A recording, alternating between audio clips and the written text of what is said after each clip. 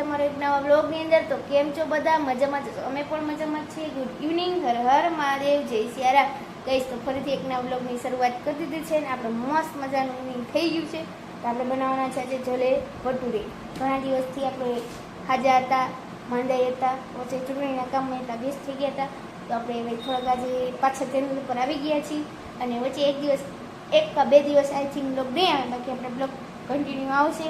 અને અમે અત્યારે ચેનલ પર પાછા ફરી ગયા છીએ. મસ્ત મજાનો આપણે છોલે ભટુરે બનાવવાના છે. તો અમે પણ એન્જોય કરશું અને તમે પણ સાથે સાથે એન્જોય કરજો. અને જે તમે બ્લોગને એન્જોય કરજો, ફરી તમારે છોલે ભટુરે ખાવા હોય તમે મારા ઘરે આવી જજો. ચાલો લઈ બેનર છો બ્લોગનું. કેમ છો? મજામાં જશો? હવે છોલે ભટુરેના માટેનું ગ્રેવીનું તૈયારી ચાલુ કરી દીધી છે. અડધી તો મેં તૈયારી કરાવી છે, તમારે ખાલી ગ્રેવી જ કરવાની છે. તો તમે ચાલો તો કરી લે. મિક્સરનો અવાજ આવશે બળબડાટી. જીત હવે મસ્ત મજાનું અત્યારે મિક્સર ચલાવી રહ્યા છે. એ પાછા આપણામાં ધોવેલે દોરા કાઢી.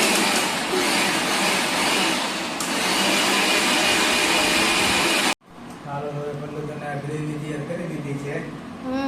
બરાબર. ટમેટા અને ડુંગળીની ગ્રેવી મસ્ત બની ગઈ છે. હવે બનાવી નાખો છોલે ભટુરે મસ્ત મજાના. હાલો કઈ બધી મહેનત કરી જાવ, મિક્સરમાં અને ગ્રાઇન્ડ કર્યું છે. હવે બનાવી નાખો. જી તું એ કોલેજ પણ છે ને હું એ કરી લેત, પણ એમાં એવું છે કે મિક્સર ઉપર હતું અને પણ મને ઓલું થોડુંક તમારા જેવું હલાવતા ન તમારા ઓલા નિયમ મુજબ, એટલા માટે તમારે કરવું પડ્યું. હાલો બનાવી નાખો. મસ્તનો જીતો હે ને કે નહીં કે ઉપર ઓર્ડર આવી ગયો છે. આપણે જેમ ઓફિસના કામમાં ને બધા ઓર્ડર આવી મુજબ કામ કરીને આમાં પણ જીતો ઓર્ડર આવી ગયો છે મસ્ત મજાના છોલે ભટુરે બનાવવાનો. તો હાલો આપણે હવે જાશું કિચન તરફ અને મસ્ત મજાનું પહેલાં આપણે છોલે બનાવી નાખશું, પછી મસ્ત મજાના ભટુરે બનાવશું. અથવા તો જેને ખાવું હશે એ બનાવશું. આપણે ભટુરાનો પ્લોટ બાંધ્યો છે, તો છોલે ખાવા ઓલું શું કહેવાય કુલચે ખાવા હશે તો એને કુલચે બનાવી દઈશું, અને ભટુરે ખાવા હશે તો ભટુરે બનાવી દઈશું. બેમાંથી એને બનાવી દઈશું. ખરા આવે જે કે એ બનાવશું. તો હાલો હવે આપણે કિચનમાં જઈએ. જો પેલું કંઈક પ્રયોગ કરે છે નવો. શું કરો છો ભાઈ? આ ચા નાખી આમાં, ચા પકાવી. બરાબર. ચા પકાવીને આમાં નાખવામાં આવી છે કલર લેવા, છોલેમાં કલર લેવા. બ્રાઉન કલર એટલા માટે ચા પકાવી. પત્તી ઉકાળીને નાખો ને બરાબર. તો મેં એવું યુટ્યુબમાં જોયું. જો કલર આવી જાય. જો બરાબર. જો લાવો એમ બતાવી દઉં ભાઈ. આ રીતનો બ્રાઉન કલર થઈ જાય ભાઈ. થઈ ગયા ને બ્રાઉન કલર? ના, થઈ ગયો ભાઈ. બ્રાઉન કલર બની ગયો છે. એમાં સ્મેલ ના આવ્યો એટલે. બરાબર. ઓકે હાલો. ખાલી મસ્ત મજાનું કે ને કે કલર માટે જ આવે. ચા થોડીક આપણે ચાની ભૂકી હોય ને, જે ચા બનાવતા હોય ને રેગ્યુલર, એ થોડીક ઉકાળવાની, લવડીક વધારે બે ત્રણ વાર કૂતરો ને એનો કલર રેડ થઈ જાય. બરાબર. એ પછી એમાં નાખી દેવાનું. મારાથી થોડીક 2 ચમચી ભૂકી પડી ગઈ હતી. બરાબર. અને થોડીક વધી ગઈ એટલે થોડીક મેં રાખી દીધી. પછી આમાં કંઈ નક્કી ન હોય તો નુસ્ખો છે ને, એમાં પછી ચા જેવી ગંધ આવી જાય તો શું કરું દે. હા, એટલા માટે. હાલો હવે બળબડાટીના ગ્રેવી તૈયાર કરી દીધી છે. બરાબર. ટમેટા અને ડુંગળીની ગ્રેવી મસ્ત બની ગઈ છે. હવે બનાવી નાખો છોલે ભટુરે મસ્ત મજાના. હાલો કઈ બધી મહેનત કરી જાવ, મિક્સરમાં અને ગ્રાઇન્ડ કર્યું છે. હવે બનાવી નાખો. જી તું એ કોલેજ પણ છે ને હું એ કરી લેત, પણ એમાં એવું છે કે મિક્સર ઉપર હતું અને પણ મને ઓલું થોડુંક તમારા જેવું હલાવતા ન તમારા ઓલા નિયમ મુજબ, એટલા માટે તમારે કરવું પડ્યું. હાલો બનાવી નાખો. મસ્ત મજાનું તેલ આવી ગયું. એમાં નાખી દીધી આપણે રાઈ જીરું નાખી દીધા મસ્ત મજાના. આપણે હવે નાખશું પ્લેન પર નાખશું જીરી. બરાબર. હવે આદુ લસણ અદરક લસણ પેસ્ટ નાખશું. થોડીક નાખવાનું.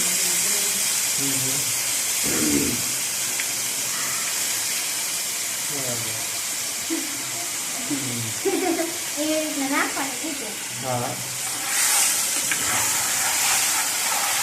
મસ્ત રીતે સદડાવા દઈશું.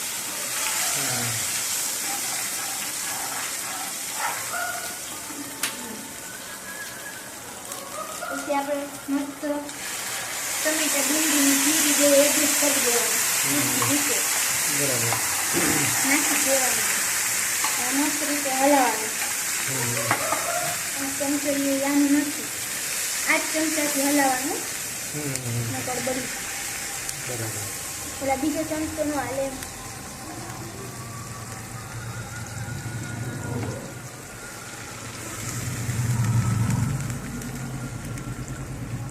મસ્ત એને ખાવા દેવું મસ્ત એને ગોલ્ડન બ્રાઉન પકાવવા દેવું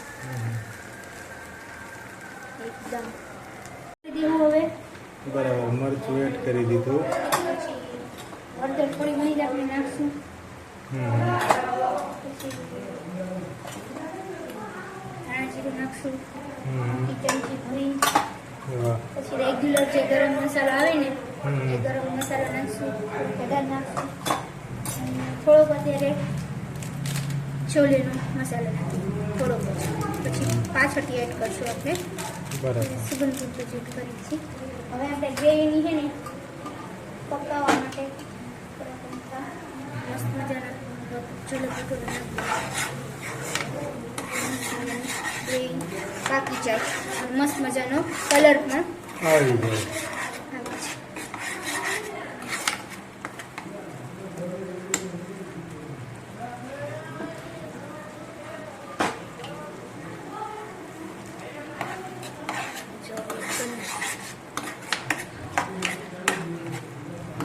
જીત એક વાત કહું તમને આટલું જ ખવડાવ્યું તો કેવું રહે ના એ મજા આવે છોલે બન્યા સરસ એટલે એકલું ખાવાની મજા આવે એવું નથી કે ભાઈ હવે છે ને આપણે બધું એડ કરી દેવું બધું એડ કરી દેવું ચાલો ગાઈસ તો હવે છોલે ભટુરે તૈયાર થઈ ગયા છે ને હવે એના ઉપર એનું આ જે જો, ડેકોરેશન ગ્રીન મિર્ચ છે. હા અને ધનિયા પત્તી છે બરાબર ઇંગ્લિશમાં એને કહેવામાં આવે કોરિએન્ડર બરાબર એ આપણે નાખી દઈએ ગ્રીન ચીલી એમ ને હા ગ્રીન ચીલીની બે નાખી દઈએ હા એટલે લીલું મરચું ને આપણે મસાલો એડ કરી દીધો આપણે જે હા, અને માથેથી કહેતા હતા ને એ પણ એડ કરી દીધો બરાબર છે મસાલો એડ કરી દીધો છે ભાઈ માથેથી છોલે ભટુરેનો હવે બનીને બની ગયા છે તૈયાર જો ગાઈસ હવે ભટુરે બનાવવાની એક બની ગઈ તૈયારી કરવા માંડી મસ્ત મજાનું તો હાલો બધા હવા છોલે માંડી છે. ખાવા.